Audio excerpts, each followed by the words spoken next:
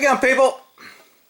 So I pulled out some 1911s, and I'm just gonna give them a coat of oil and kind of go over what I'm looking for rusting. In case you have guns sitting around you're not using, these guns don't get used.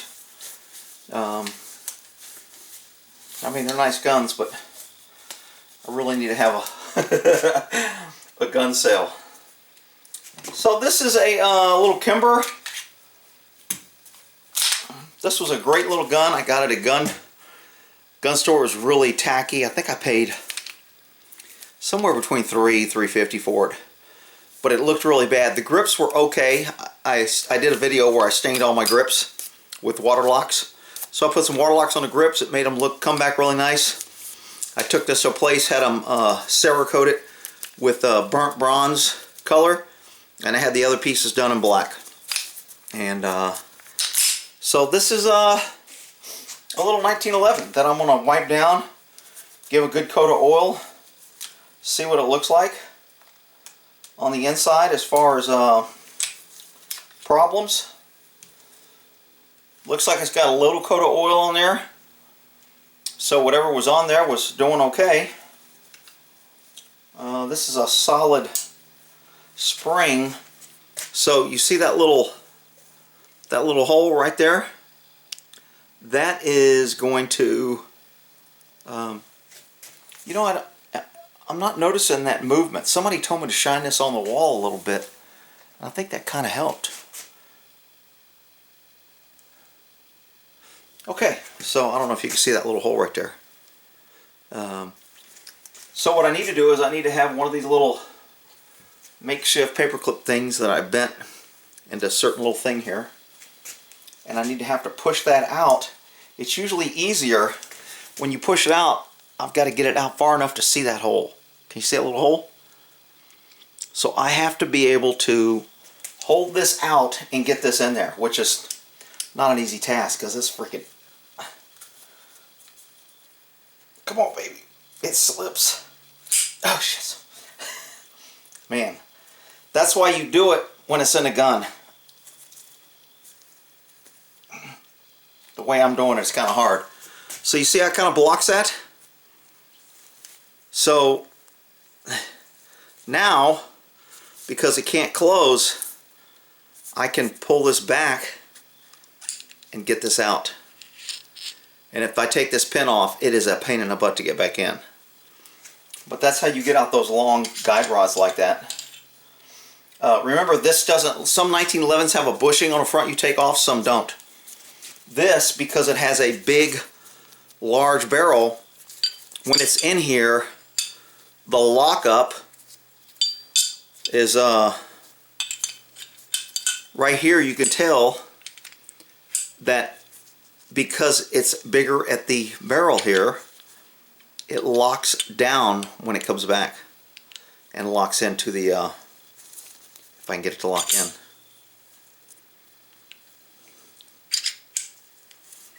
And then that will hold it to where you don't need that bushing around it. I also put a little, for a beveled edge, I have a little tool that I can make that crown kind of beveled a little bit more. So anyway, is that on camera there? Should be pretty good. So I'm just going to put a patch through here. I don't know what the patch looks like. If it looks clean or not.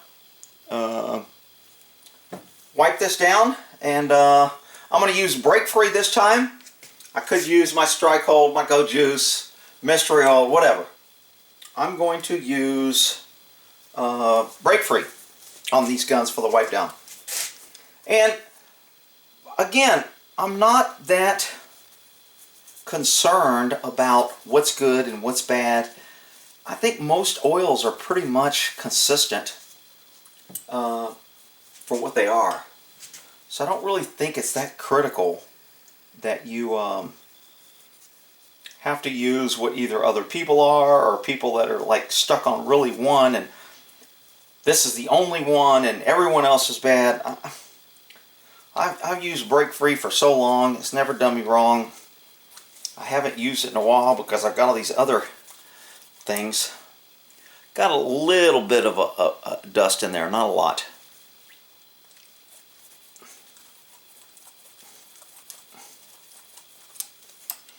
you guys can tell me if that barrel changed from the last time you saw it. Did it make a difference, or it didn't? So I put a little coat of oil on that. I'll put a little coat of oil on the mag. And I'm going to oil this up pretty good and leave oil on it, because like I said, I'm really not shooting these. So if it has excess oil, next time I pull it out, it's either going to be dried, or I'm going to, I'll just shoot it and it'll blow it out. I mean, it's not, these guns are not what I would call my tactical survival guns, to where I'm going to be out depending on them like I do my Glock. So you can definitely tell this side is kind of dry. I put a little bit of oil on it, but once I put some oil on it, you can definitely see how the oil just kind of coats that. And I'm going to pretty much leave that on there. And even if I don't leave it on there and I wipe it off, you can still know that you're getting a good coat of oil on this sucker. And a coat of oil is what stops rusting. I'm going to grab a Q-tip here, put a little break free on here and get in a little cracks. And so far, I bet you I've only used, how many drops of oil? Maybe 10 on everything that I've done here. Always get the sights. Your sights tend to be made of things that rust, so sights usually rust. Those locking nugs in the Live 13, a lot of people neglect those. You want to make sure and always get a Q-tip in those little, where these little lugs lock in there. So you clean these lugs and you clean the one that they lock into. And I'm pretty good on this. Q-tip got a little dirty, not a lot. And I think we are done with this part of the gun. I'll go ahead and slide this back together here before my little pin comes out. I'll push this forward so I can get that pin off.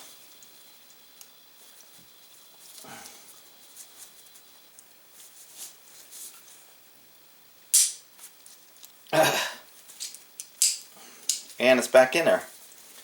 So this part is done. And now I just need to do my bottom half. Put a little oil on my finger there, another drop. Maybe 10 drops of oil for this whole thing to give it a good coating.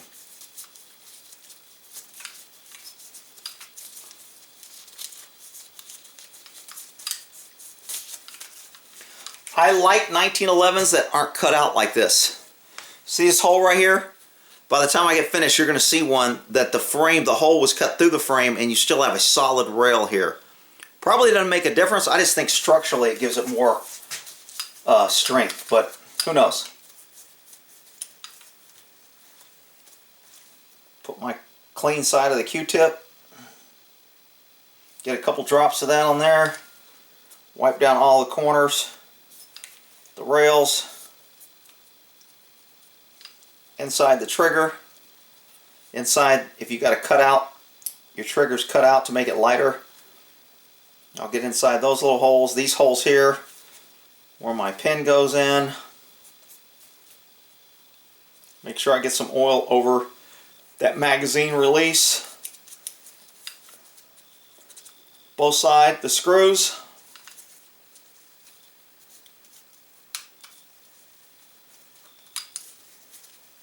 Maybe the magazine well. This has a little magazine well that makes it easy to, so you don't have to be direct. You can kind of like miss and slide. And it helps in loading and guiding the magazine in. I forgot what it's called. I knew what it used to be called when I was buying and all this crap. But alrighty, so this gun looks pretty freaking done. I'm going to slide this back on here.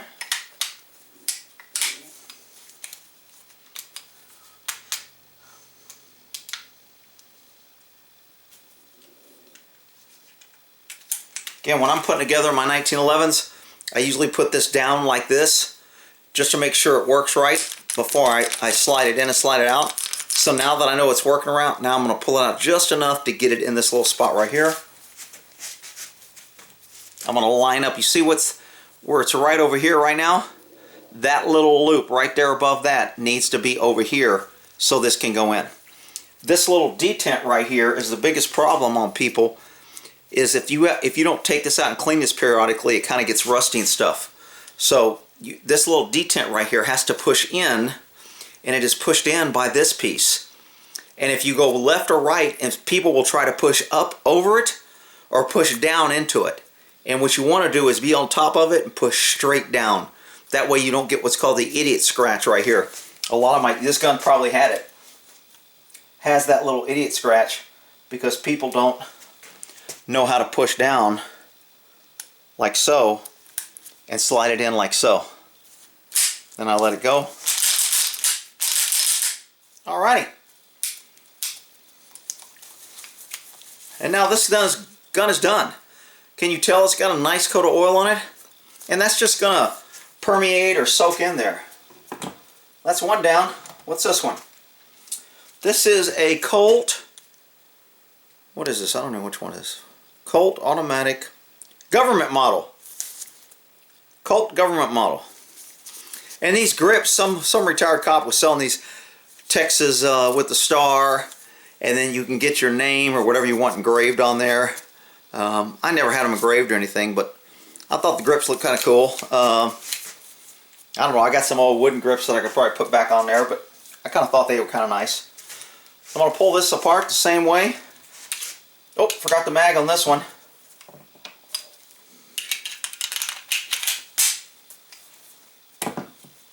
So this mag came out. This one has bullets in it. I always treat my guns as loaded, so it doesn't matter whether it's got bullets or not. So it had bullets in the mag, but it didn't have one in the chamber. Again, when my guns are kind of locked up, it's not really an issue. You should always be pulling guns and treating them as if they're... Okay, so you can tell this spring's already kind of cockeyed. So I know because it doesn't have a full length, and that's the purpose of the full length guy rod. Your spring can never get kinked like this. It never really can. Once you get it in, it holds it together. But if you don't have a full length guy rod, this is the thing that they're saying, you get a better consistency. Your spring has a full length guide rod so it can't kink and bend like that. This, when you're pulling it apart, if you don't catch this like so, it will pop out on you. So you catch it with your thumb, and then when I let it go and it bounces out, I can catch it and it doesn't go flying everywhere. Okay? This is one way. People normally don't take it off. You can release. I'll show you on another one on how to get this off, because this has a barrel bushing that spins, and that spring keeps this piece right here pushed in. But as you can tell, because there's no spring, that kind of just comes right on out, and I can just literally pop that right out. Surprised it's not falling. Let me get something in there with a Q-tip so I can push it out. So it will just come. Oh, it's got to come out the front. What am I talking about? So this right here won't spin as long as that's out.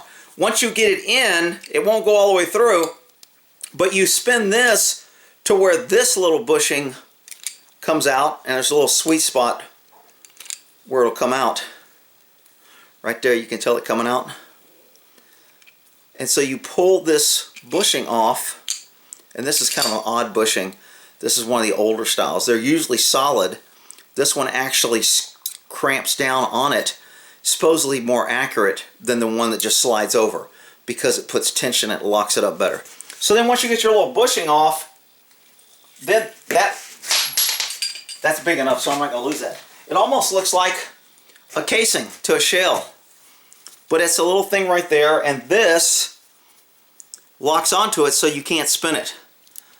So if I push this in, then I could spin this. But when the spring's in, the spring is put in tension, you can't spin it, and that's what locks it in. And these pieces lock on the barrel. Once I get the barrel out here. These pieces lock on the barrel like so. Normally that just slides around. This one you have to kind of push and work it on, and it stays there. So they say these give you more accuracy. I don't know if it's true or not. Could be a gimmick, who knows. So this is stripped down. You can tell what the gun looks like before I put oil on it. I mean, I don't see any surface rust or anything on here. I didn't even rub down the Cerakote one. I will rub this one down with a clean patch to see if I'm getting any surface rust, which I normally do just to see what's going on here. Put a little drop of oil on there, and now I'm going to rub the slide to see if I get any surface rust off it. I think I got this one at a pawn shop too, and it was rusty when I got it. No rust on this one. Little discoloration, but I don't know if you can tell, just that little coat of oil and rubbing really made the bluing and stuff come out on here to where it looks nice. And this is just regular old gun maintenance. I mean, guns are nice pieces of equipment. They're made of metal. Bob always gives me shit.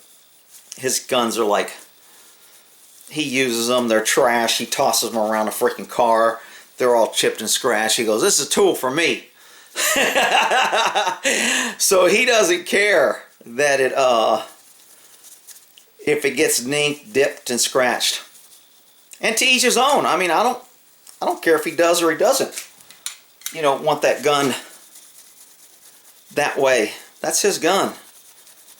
Again, I just show you. You can tell all the idiot scratches here where people have kind of like, it's got some wearing from that pin coming in and out. I really don't see a bad one, but there's a couple that go down where that pin has been slid in wrong. I hate seeing guns with that, but it's very, very common with 1911s.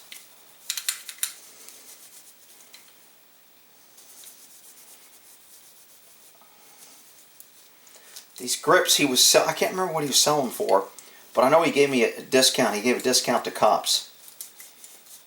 So whatever they were, I got some sort of discount.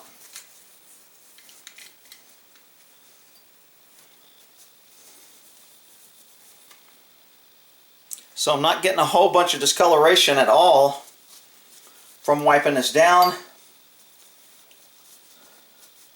Normally you're going to see the rust on the surface on the outside. That one actually got a little brown off this thing.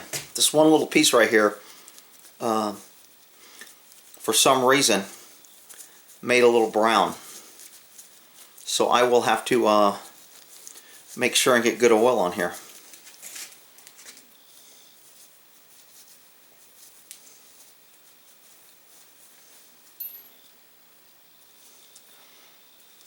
And this has what's called a buffer pad on it. It's supposed to take the recoil out. I don't know if it works or not. You buy these little rubber things and you put them on there, and supposedly it stops the banging to tear up your gun as much. Whatever. They've ran guns 1911s for years without these. I've had some. I've tried some. It's on. Is it needed? I don't know. Damn, this thing just came off. I don't even need this shit anymore. I know it's break free, but whatever.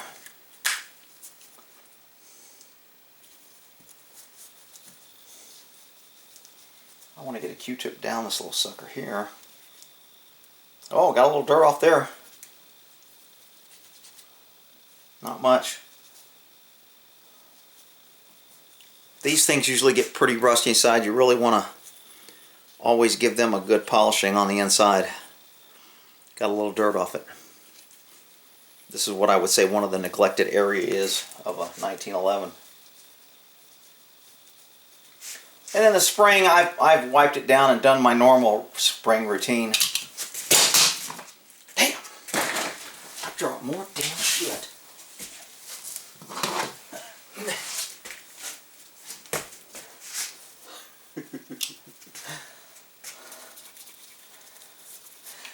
See, normally I would be working over a bench, and if I dropped it, it's not a big deal. Doing this back and forth, I end up dropping my shit on the floor. So be quiet with the crying. I'm gonna wipe this tube off because where that thing came off, I don't know if that's oil on here or if it's the sticker from that, and I don't want to be putting sticky crap on my guns.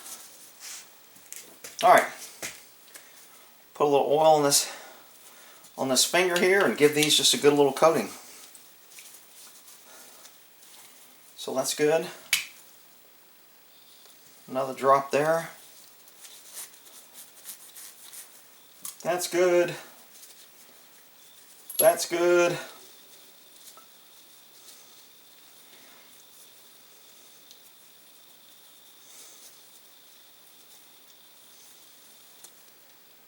Little finger will fit in there, so I'll get some oil on that bad boy. My fat fingers won't fit. Okay, the barrel, I haven't looked down a barrel of this one. What does the barrel look like before I run a patch? Let me run that patch to see if that barrel looks any different. Oh, I think I got a little more dirt on it. Yeah, the patch is a little bit more dusty after that. Did it change it? Can you guys tell if it changed the interior? Oh shit, I'm getting a flash. Must have a low battery. Let me pause this. Go to part 2.